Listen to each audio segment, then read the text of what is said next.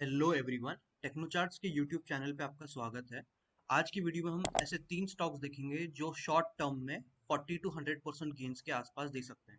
Right, सो जो first stock जो है वो है EMS limited. EMS limited listing हुई थी अप्रोक्सीमेटली 280 रुपीज के आसपास और उसके बाद में स्टॉक कंटिन्यूसली गिरा है।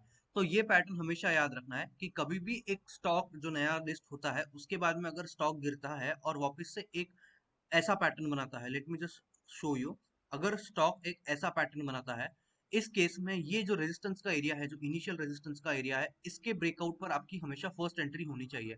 ओके, सो ये आपका एक फर्स्ट एंट्री हो गया। इधर फर्स्ट एंट्री होने के बाद में अगर स्टॉक ऊपर जाकर एक और बेस फॉर्मेशन करता है, इस बेस फॉर्मेशन के हाई के बाद में आप एक सेकेंड एंट्री ले सकते हो। राइट, सो मैं आपको लाइव ट्रेड भी बताऊंगा, जैसे सायन डीएलएम जिसमें हमने ट्रेड किया था।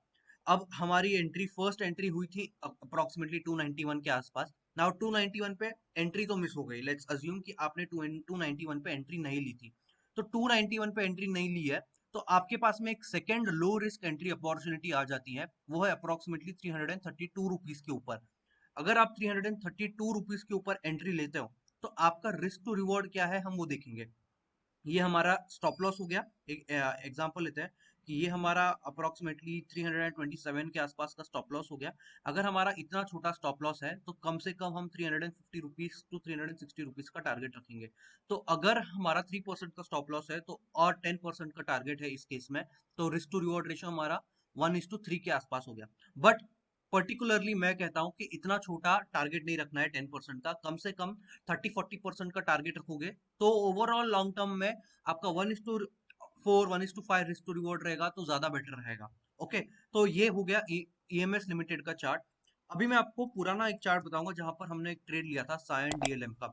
Similar pattern, similar story. Right, Cyient DLM हमने देखा कि ये आईपीओ लिस्टिंग का हाई था, इसके बाद में स्टॉक ने एक सेम पैटर्न बनाया, पुल बैक बनाया, एक फिर एक ब्रेकआउट आया। ब्रेकआउट देखने के बाद में मैंने पर्टिकुलरली 525 527 के आसपास ही एंटर किया था इस पर्टिकुलर स्टॉक को। इधर हमने एंटर किया और एग्जिट किया था अप्रोक्सीमेटली 764 रुपीज के आसपास।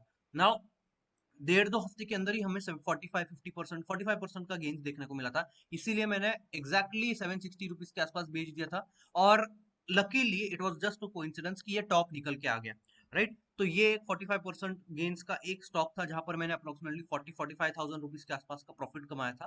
I had invested approximately 1 lakh rupees in this particular stock. Right, तो सायन डीएलएम आपने देखा। तीसरा स्टॉक मैं आपको बताऊंगा जो अभी भी एक आपके एंट्री अपॉर्चुनिटी के आसपास है, वो है red tape limited. Now red tape limited को आप देख रहे हो कि स्टॉक में ब्रेकआउट आया। देखो सेम स्ट्रक्चर, स्टॉक का हाई, आईपीओ हाई ये था, फिर एक राउंडिंग बॉटम का स्ट्रक्चर बना, फिर बिग ब्रेकआउट आया। ब्रेकआउट के बाद में हमें एक रिटेस्ट देखने को मिल रहा है। तो ये रिटेस्ट पे आप एंटर कर सकते हो रेड टेप को with stop loss off approximately 490 rupees. So ज्यादा से ज्यादा आपको हमेशा 5 to 7% आपका मैक्सिमम स्टॉप लॉस रहना चाहिए। और मिनिमम स्टॉप लॉस आप 2 to 3% भी रख सकते हो, depending upon your entry price. यार आप किस टाइम पर एंटर कर रहे हो। नाउ हमेशा ये याद रखना है कि आईपीओ बेस को जब भी आप बाय करोगे तो हमेशा ब्रेकआउट के पास में ही बाय करना है या रिटेस्ट के पास में ही बाय करना है।